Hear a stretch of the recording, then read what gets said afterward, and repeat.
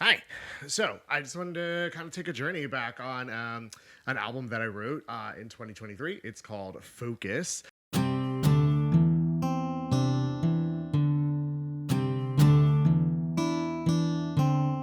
If you haven't heard it, it is on Spotify and Apple Music and all those other things. So it was the very first thing that I ever did. I produced this on my own. I had just moved back into Chicago after a very difficult time in my life. And I started writing this album as like a poetry album, just kind of like something that I had done growing up in life. And so I wanted to do something where it was like mixing these poetry lyrics with like these really interesting sounds or whatever. So the very first one that I wrote was called A Word Often Heard. Privilege! A word that's often heard, but what does it really mean? And so I wrote this because at the time there was so much going on around just kind of like using the term privilege a lot, and it was being used in a lot of spaces as like a lot of different identifiers. And it really bothered the fuck out of me because everyone that was using it in a way that was so self-enduring and self-righteous, where it was like, having privilege in just so many different spaces and how we talk about it. And then I kind of started becoming targeted because as I gotten older in life, I've gotten more money, I've gotten more successful in what I do. And so the tide kind of starts to turn, right? You grow up homeless or whatever, and you go through all these different series of events in your life. And then one day you're like, I can pay for food. And that's like the bare minimum to you. But to other people, it's like this awful thing where you have access now. And then the world starts to treat you as if you're now becoming one of them, whatever that is. And I'm like, I can still barely pay my rent, but like I can also afford food and have a few nice things. So fine. So I wrote this. One really just kind of being about that word, and then also having a sense of like, as a person of color who's also discovering their non-binariness, the privilege that I don't get to have every day and that I didn't get to experience, or I still don't get to experience every day. And I look around my job and, the people I've worked with throughout my whole career, and just kind of the access that people get just by being or looking a certain way, was really influenced by this. So this is a big piece of why I wrote this song or poem, and just kind of like really wanted to explore these different ways of being up until this album, which is the very first album I did. I had written a lot of music for people and myself, and I've never really been a great advocate of like the things that I'm doing. And kind of part of me wanting to even talk about this or like even talk about these albums or, what that I've been doing is today, my cousin had texted me that one of my songs from this album had played on her Spotify playlist.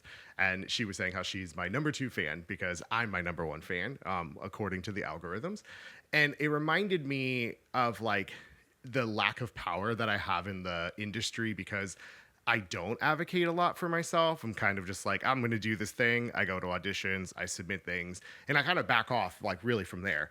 And so through this album, it was really a nice self discovery of who I can be and still 2 years later, still figuring it out. Bear with me. But this song particularly was one that I think I spent a lot of time on. This probably took me months to even just finally get the right balance of it because I had a lot to say, but I needed to say it in a way that felt about me and less about the world that I'm considering. But yeah, so if you have some seconds, go ahead and check this out. As Webster's dictionary describes, a particular and peculiar benefit or advantage enjoyed by a person, company, or society beyond the common advantages of other citizens. A privilege may be a particular right granted by law or held by custom, or it may be an exemption from some burden to which others are subject. then so the second one that I wrote, well, actually, okay, I did not write this one as a second one. This was at the actual end of this album, because I wrote this. One night I took a bunch of gummies and I thought it would be so funny to just write something and add something that was talking about sex. Now, people who know me later in life probably know now that I feel a lot different about it versus like when I was growing up. I was pretty prudish. Like, I didn't really do much. I wasn't really out there a lot. I didn't really do anything or participate in a lot out there. But again, later in life, I started to. And so I titled the song Sex. And I wrote it again high, but also like trying to understand like why was that wall there for me. And so I wrote it as kind of this like way of expressing how I really feel about it. And so, which is, for those that are maybe my family and stuff, maybe this might have been too much for them. But I wanted to also just put out there that like there is nothing wrong with having sexual experiences or advocating for yourself in a different way in a sexual space. That doesn't always have to pertain to being with the social norm. And as I've gotten older and I've discovered my own, like, wanting to be poly or monogamous, or, what does that look like to be in an open relationship versus a closed relationship, or how many partners can I handle? And, what is life if you're just kind of experiencing it as like a sexcapade, literally. And so but this was the second one on this album because I thought it was really a good opener for me in terms of like, you hear privilege or, word often heard at the start, and then you're like, oh, this is going to be like an interesting album. And then you hear sex and you're like, what the fuck just happened? But again, it was really about me liberating myself throughout this whole album and really talking about the things that I don't talk about. The only people who know about these are myself and my therapist. So it was really interesting to write this, and I remember it probably took me like a month to even decide if I wanted this on here, because it was like, once this goes out, people are going to really know like maybe the things that you're getting involved with, or like the things that you're looking to do or whatever. But it wasn't even really about that. I didn't really care if people knew about that. I'm pretty open in that aspect of it now. But it was scary for me because no one has really known me as like this kind of entity. Some people maybe, because I'm a little crude, I can say that for sure.